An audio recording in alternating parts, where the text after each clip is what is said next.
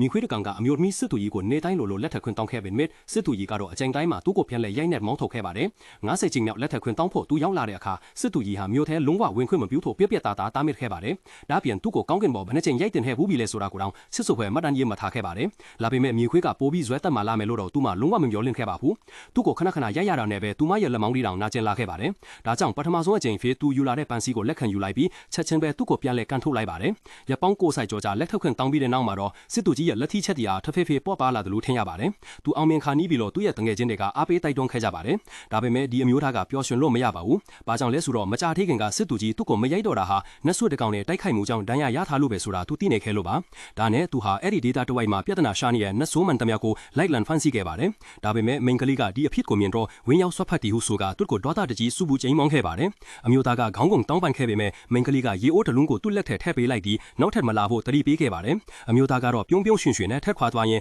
မနဲ့ထန်လဲသူဆက်လာအောင်မယ်လို့ပြောသွားခဲ့ပါတယ်ဒီမြင်ကွင်းကိုမင်းလိုက်ရတော့စစ်သူကြီးရဲ့လက်အောင်ငယ်သားတွေကတော့သူတို့နှစ်ဦးဟာနောက်ဆုံးမှာတော့ချစ်သူတွေထစ်သွားတော့မှာပဲလို့တထစ်ချယုံကြည်သွားခဲ့ကြပါတယ်မကြခင်မှာပဲအဲ့ဒီနေ့ဟာအမျိုးသားရဲ့တရားကျင်မြောက်လက်ထပ်ခွင့်တောင်းတဲ့နေ့ထက်လာခဲ့ပါတယ်လူတိုင်းကဝမ်းတာအားရအော်ဟစ်အားပေးနေကြတာကြောင့်မိန်ကလေးကလည်းဒီနေ့သူ့ရဲ့လက်ထပ်ခွင့်တောင်းဆိုမှုကိုလက်ခံမယ်လို့ဆုံးဖြတ်လိုက်ပါတယ်ဒါပေမဲ့ညနေရောက်လာတဲ့အထိအမျိုးသားကပေါ်မလာပဲပျောက်ကွယ်နေခဲ့ပါတယ်မိန်ကလေးမှလည်းစိုးရိမ်စိတ်တွေတိုးပွားလာခဲ့ပါတယ်သူမဟာမြို့ထဲတနေရာလုံးကိုစိတ်ပူပန်းစွာနဲ့လိုက်လံရှာဖွေခဲ့ပေမဲ့အခြားအမျိုးသမီးတစ်ယောက်နဲ့ထိုင်ပြီးစားတောက်နေတာကိုပဲတွေ့ရှိခဲ့ပါတယ်စိတ်ပြတ်အောင်ငယ်မှုကြောင့်မိန်ကလေးဟာရင်ကွဲမထခံစားခဲ့ရပြီးသူ့ကိုဘလောက်မှပြန်မယုံကြည်တော့ဘူးလို့ကြိမ်ဆိုခဲ့ပါတယ်ဒါပေမဲ့သူမထွက်သွားပြီးတဲ့နောက်မှာတော့အဲ့ဒီအမျိုးသားရဲ့ပုံပန်းစံတန်ဟာအဘိုးအိုတူဦးဖြစ်ပြောင်းလဲသွားခဲ့ပါတယ်တဲ့တကယ်တော့သူ့ဖခင်ကအပြင်ထွက်စားတဲ့အခါတိုင်းတားဖြစ်သူရဲ့ပုံစံကိုယူပြီးအယောင်ဆောင်နေခဲ့တာဖြစ်ပါတယ်တဲ့အမျိုးသားဟာတရားကျင်မြောက်လက်ထပ်ခွင့်တောင်းတဲ့ပွဲကိုလွတ်သွားခဲ့ရတဲ့အကြောင်းရင်းကတော့နတ်ဆိုးအုပ်စုတစုရဲ့အနောက်အရက်ခံနေရလို့ဖြစ်ပါတယ်အဲ့ဒီနတ်ဆိုးငယ်လေးတွေကိုရှင်းလင်းလိုက်တဲ့အချိန်မှာညစ်ကြော်တော့နှက်နေခဲ့ပါပြီမိန်ကလေးဟာဒေါသထက်နေတော့မှပဲမွေးနတ်ဆိုးတကောင်ကရွတ်တရက်ဆက်ကိုရောက်လာပြီးသူမကိုစိန်ခေါ်ခဲ့ပါတယ်